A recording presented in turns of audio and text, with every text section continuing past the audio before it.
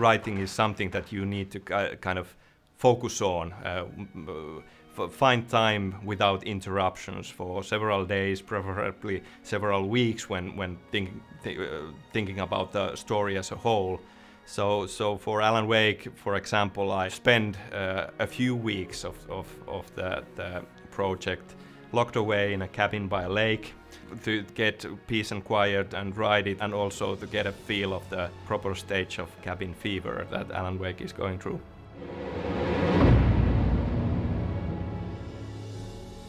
Writing a psychological thriller like Alan Wake has its own challenges. We knew that we wanted to make a thriller. It's a very important part of what Alan Wake is. We didn't want to go into horror or fantasy or science fiction in the sense of having these large monsters coming at you. We wanted to kind of leave that ambiguity in there, and with a psychological thriller there's always this question, what is real and what is not, and how much of this is the main character just imagining or hallucinating or dreaming up. You can't take shortcuts with the story, and you can't cheat. There has to be a good reason for why this is happening, and you need to keep feeding the audience bits and pieces that are really relevant. You can't answer too many questions, but you need to answer just enough so that it leaves things open all the time and keeps them wanting for more. Sources of inspiration have naturally been TV series. Twin Peaks is one obvious thing. Lost, we are big fans of the storytelling and the different kind of pop culture aspects of Lost. And naturally for me personally, there are many books that I draw inspiration from. This is a very Stephen King kind of a story with the writer as a main character. We have strong supernatural elements in the game, but we have been trying to bring a more realistic real-world angle to the whole game. We have a married couple who have problems with their marriage, and we have a idyllic small town with quirky town folks. Things that you normally don't see in video games, and these are the elements that we wanted to bring into the mix. That really is very much the Remedy formula, that we take something that's familiar to the audience from different forms of media, but really new in video games. And I think, you know, it is original, but there's certain things that you kind of recognize and they're familiar and comfortable, but really new in video games. For instance, in Max Payne, slow motion is a theme which is in Hong Kong movies a recurring theme. How can that be a gameplay element? Whereas light or lack of it, darkness, these atavistic fears that you might get is another theme that everybody can sort of relate to, and how can you make that kind of elements a part of your game?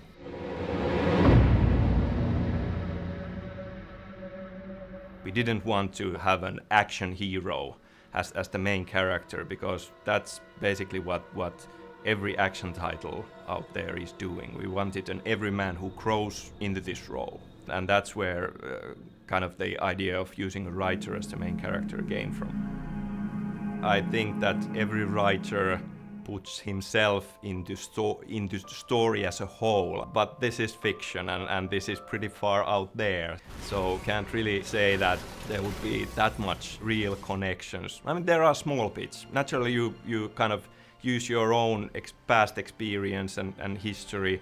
Things like we have a old battered light switch that used to be Alan Wake's childhood toy that now has mystical properties, and by chance as a kid I used to have an old battered light switch, the clicker, as a toy.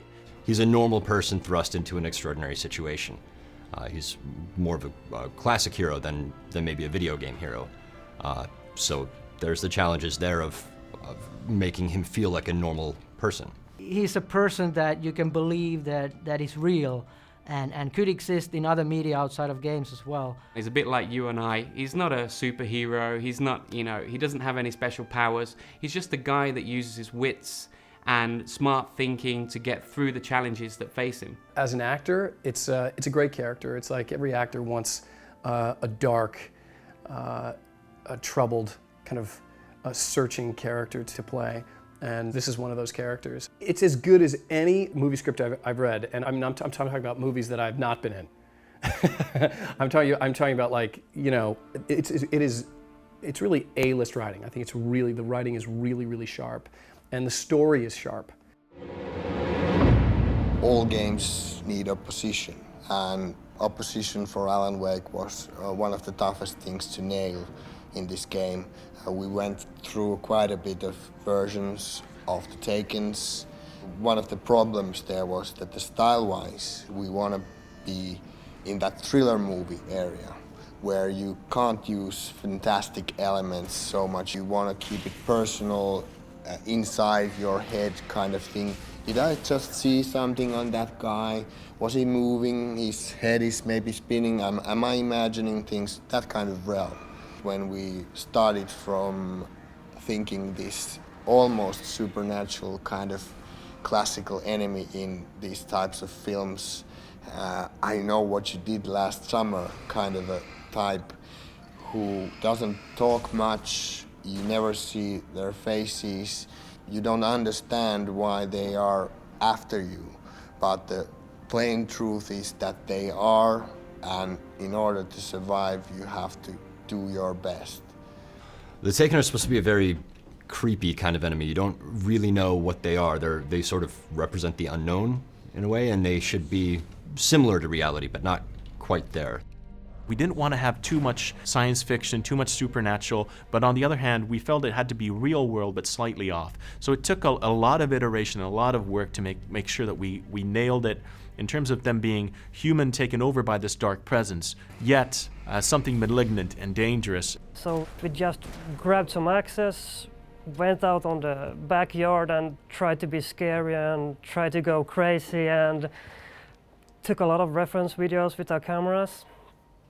And went from that, a lot of iterations. We found out that we need different types of Takens. We have this small, fast guy that comes and stab you with a knife in the back, and of course the big guy with a sledgehammer coming and smashing up everything. We had long talks on how the enemy should look like, how they should work, and so on. And what we ended up with finally was that the darkness really isn't like an entity on the screen that actively does something against Wake, but it manipulates the surroundings. And it takes control of different entities and things that can be found in the darkness. This can be seen in our different enemy types, like the Taken. They are basically humans that have been taken over. The poltergeists that are like inanimate objects that are being possessed. There were accidents along the way, things like how our poltergeist objects and poltergeist doors came to be. It was really an accident.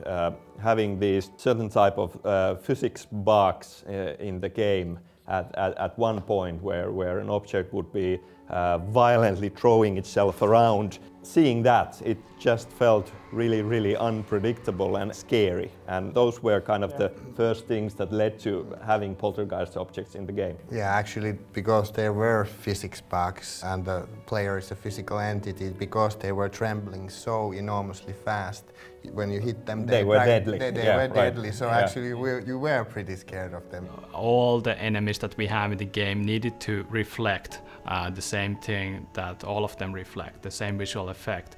And behind all this was, of course, Barbara Jagger, who was controlling the dark presence. The face of our antagonist, Barbara Jagger, has an echo of Slavic witch Baba Yaga in her, and the cabin where this all takes place is called the Birdleg Cabin, which is a reference to Baba Yaga as well. There are kind of references to mythology and folklore.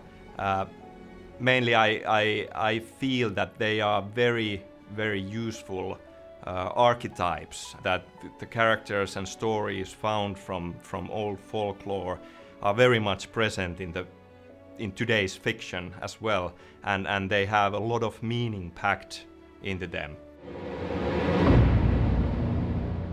The forest city boy, how does the forest appear? That's very inbuilt fear probably for all people who still carry this like ancient feel of dark forest and wish to go to the campfire and did that move.